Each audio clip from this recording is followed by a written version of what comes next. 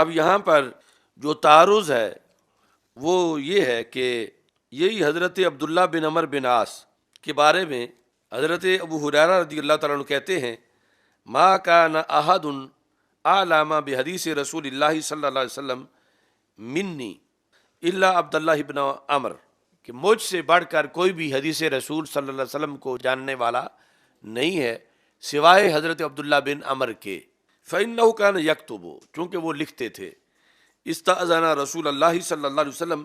ان یکتب بیدہ ما سمع منہ فأذن لہ،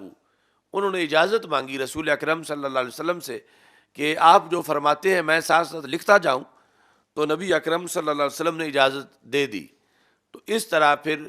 ان کے لیے موقع ملا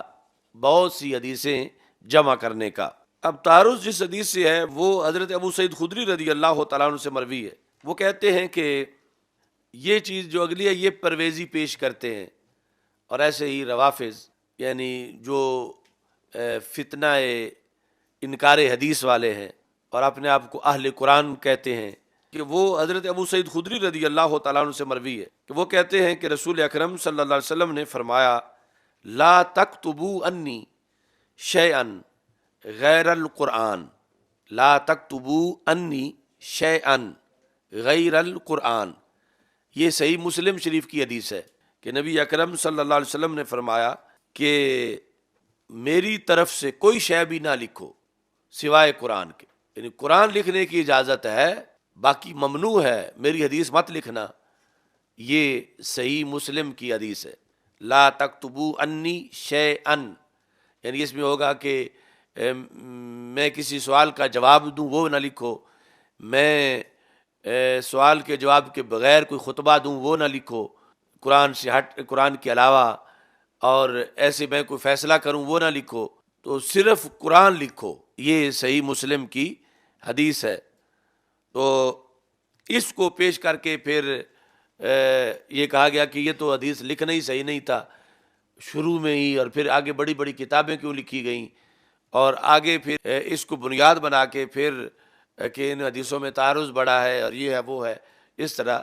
پھر انکار حدیث کی تحریک چلائی گئی۔ اب حضرت عبداللہ بن عمر بن عاص جو ہیں ان سے مروی ہے، کہتے کنت اکتب کل شیء، یعنی اجازت جب سرکار دو عالم صلی اللہ علیہ وسلم سے لکھنے کی لی تو کہتے ہیں میں ہر شے لکھتا تھا، یعنی قرآن بھی لکھتا تھا، قرآن کے علاوہ جو رسول اکرم صلی اللہ علیہ وسلم کی حدیث ہوتی تھی میں وہ بھی لکھتا تھا۔ کنت اکتب، ماضی استمراری میں لکھا کرتا تھا، کل شیء، ہر شے، ہر شے کی آگے صفت ہے، سمعتہ من رسول اللہ صلی اللہ علیہ وسلم، جو کچھ بھی میں نے رسول اکرم صلی اللہ علیہ وسلم سے سنتا تھا میں وہ لکھ لیتا تھا۔ فنہتنی قریش، تو مجھے قریش نے منع کیا، یعنی کچھ لوگوں نے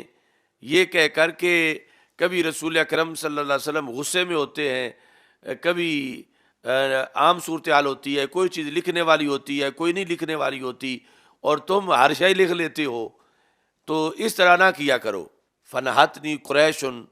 قریش نے مجھے اس پالیسی سے منع کیا جو میں نے بنائی ہوئی تھی کہ میں ہر شے لکھ لیتا تھا، قریش نے مجھے اس سے منع کیا۔ تو کہتے ہیں کہ جب انہوں نے منع کیا تو میں نے پھر رسول اکرم صلی اللہ علیہ وسلم سے پوچھا کہ میں کیا کروں کہ جو آپ کے زبان سے غصے کی حالت میں لفظ نکلیں وہ نہ لکھا کروں، یا قرآن کے علاوہ کچھ بھی نہ لکھا کروں، میرے لیے کیا حکم ہے؟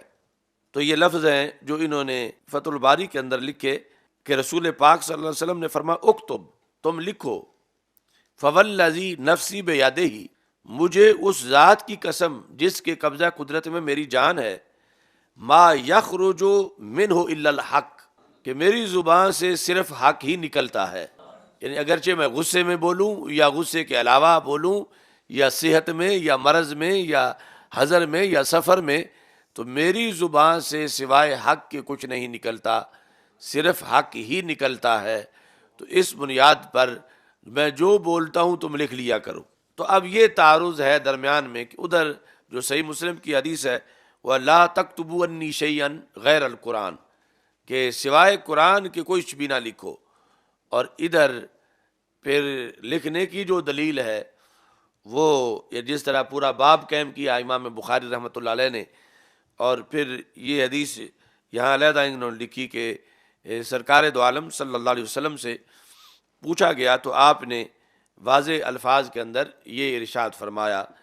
کہ فوالذی نفسی بیدہ ما یخرج منہ الا الحق۔ تو اس بنیاد پر پھر اس تعارض کو دور کیا گیا، اور تعارض کو تطبیق کے ذریعے دور کیا گیا، یعنی کسی بھی حدیث کو رد نہیں کیا گیا، دونوں ہی صحیح ہیں اپنی جگہ، لیکن ان کے درمیان تطبیق ہے۔ پہلا جواب یہ ہے کہ یہ جو لا تکتبو فرمایا کہ نہ لکھو، یہ نہی خاص تھی وقت نزول قرآن کے ساتھ، کہ جب قرآن نازل ہو رہا ہو اور میں آیات تمہیں لکھا رہا ہوں تو آیات کے ساتھ نزول کے وقت حدیث نہ لکھو، تاکہ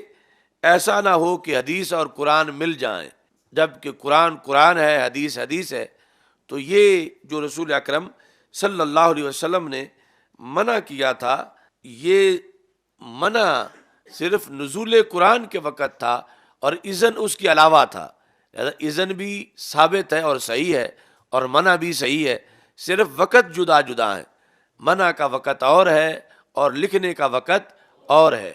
کہ جب قرآن نازل ہو رہا ہو تو اس وقت نہ لکھو قرآن کے سوا، تاکہ ملتبس نہ ہو جائے غیر قرآن قرآن کے ساتھ۔ یہ پہلا جواب ہے،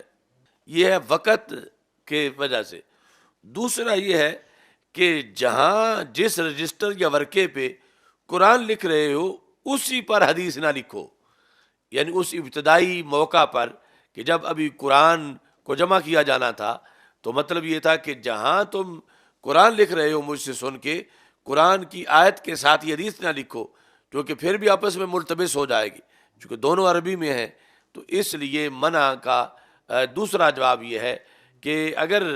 اس کے علاوہ تمہارے پاس کاغذ ہے تو وہاں لکھنے کی اجازت ہے، صرف اسی ایک جگہ جہاں تم کوئی صورت لکھ رہے ہو جس کی بعض آیات نازل ہو چکی ہیں، تو اسی آیات کے اندر جو ہے وہ حدیث وہاں پہ نہ لکھو، چونکہ آپس میں پھر ملتبس ہو جائیں گی۔ اب بھی آپس میں ٹکراؤ نہیں، منع اور لحاظ سے ہے اور جواز اور لحاظ سے ہے۔ تیسرا جواب کہ نہی متقدم ہے اور اذن متاخر ہے، اور اذن نے پھر نہی کو منسوخ کر دیا، کہ پہلے یہی پالیسی تھی کہ نہ لکھو، لیکن جب تربیت ہو گئی لکھنے والوں کی اور انہیں امتیاز ہونے لگا کہ قرآن اس طرح ہے اور حدیث اس طرح ہے، تو پھر وہی چیز جو پہلے ممنوع تھی کہ صرف قرآن لکھو حدیث نہ لکھو، بعد میں پھر اذن آ گیا اور پہلا حکم منسوخ ہو گیا، اور بعد والے حکم میں پھر اجازت مل گئی، تو پھر بھی کوئی ٹکراؤ نہیں ہے، چونکہ تقدم اور تاخر کے لحاظ سے فرق ہے۔ چوتھا جواب وہ یہ ہے کہ یہ جو لا تکتبو تھا، لا تکتبو، یہ اب یہاں اس جواب کا مدار ہے کہ لکھنے والا کون ہے، لکھنے والے کی صلاحیت کے لحاظ سے یا لکھنے والے کی عادت کے لحاظ سے۔ وہ بندہ کہ جو بھروسہ کرتا ہے لکھنے پر، یاد نہیں کرتا، انہیں روکا گیا، بجائے اس کے کہ لکھ دو اور یاد ایک لفظ بھی نہ ہو، تم ڈائریکٹ یاد کرتے جاؤ۔ یعنی جس طرح کہ اب ذہنوں میں ہے نا کہ چلو امتحان جب قریب ہوگا پھر یاد کر لیں گے، اب صرف لکھتے جاؤ۔ تو لکھنا اگرچہ مفید بھی ہے، لیکن دوسرا ایک سستی کا ذریعہ بھی ہے کہ لکھتے جاؤ، یاد نہ کرو، یاد بعد میں کر لیں گے۔ تو یہ رسول اکرم صلی اللہ علیہ وسلم جس طرح وہ گزرا ہے نا کہ سب سے بہتر عبادت کون سی ہے، تو کسی کے لحاظ سے جہاد ہے، کسی کے لحاظ سے نماز ہے، کسی کے لحاظ سے والدین کی خدمت ہے، جس میں جو کمی تھی اس کے لحاظ سے وہی پہلے بیان فرما دی سرکار دو عالم صلی اللہ علیہ وسلم نے، اس کا باطن سامنے رکھتے ہوئے۔ تو جواب کا تعدد وہ نقص نہیں تھا بلکہ کمال تھا کہ ہر ایک کو اس کے مطابق بتایا جا رہا ہے۔ تو ایسے ہی یہاں جو رسول پاک صلی اللہ علیہ وسلم نے لا تکتبو فرمایا، تو ایسے لوگوں کو کہ جو اس پر بھروسہ کر رہے تھے کہ اب پکاؤ نہیں، پکا پھر لیں گے، اب صرف بس لکھتے جاؤ، تو انہیں کہا گیا کہ نہیں، ابھی ضرورت ہے کہ ساتھ ہی پکاؤ، یعنی یہ حدیث بھی ساتھ ساتھ ہی پکاتے جاؤ، جس طرح قرآن پکا رہے ہو، حدیث بھی ساتھ ہی پکاتے جاؤ۔ قیلا کے ساتھ یہ جواب بھی ذکر کیا گیا۔ چوتھا کہ یہ حدیث سے روکنا مقصد نہیں تھا، بلکہ یہ تو زیادہ اہتمام تھا کہ صرف لکھو نہیں بلکہ پکاتے جاؤ اور اس کو سینے میں بٹھاتے جاؤ۔ لہذا جن کے لیے تھا کہ بھروسہ کریں گے انہیں فرما دیا لا تکتبو، اور جن کے لیے یہ تھا کہ لکھیں گے اور ساتھ ہی پکا لیں گے ان کو اذن دے دیا کہ تم ساتھ ہی حدیث کو لکھتے بھی جاؤ۔ اس واسطے صحابہ اور تابعین کی ایک جماعت جو ہے وہ کتابت حدیث کو مکروہ سمجھتی تھی۔ وہ کہتے تھے لکھنا کیا ہے، پکاتے جاؤ، یعنی کسی ورق پہ لکھنے کی بجائے دل پہ لکھو۔ یہ کثرت شوق کی بنیاد پر وہ یعنی اس کے قائل نہیں تھے کہ دیر کی جائے بلکہ فوراً پکا لیا جائے، اس لیے وہ یہ اہتمام کرتے تھے۔ پھر جس وقت ہمتیں کوتاہ ہونے لگیں، یعنی پہلا تو وہ عظیم طوفانی شوق تھا کہ سب کچھ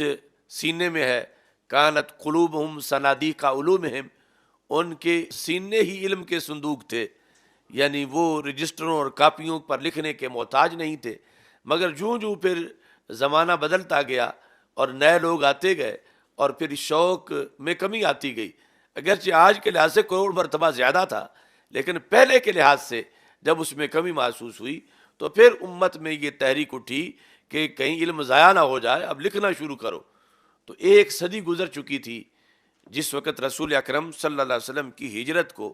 تو پوری صدی کے بعد حضرت عمر بن عبدالعزیز انہوں نے حکم دیا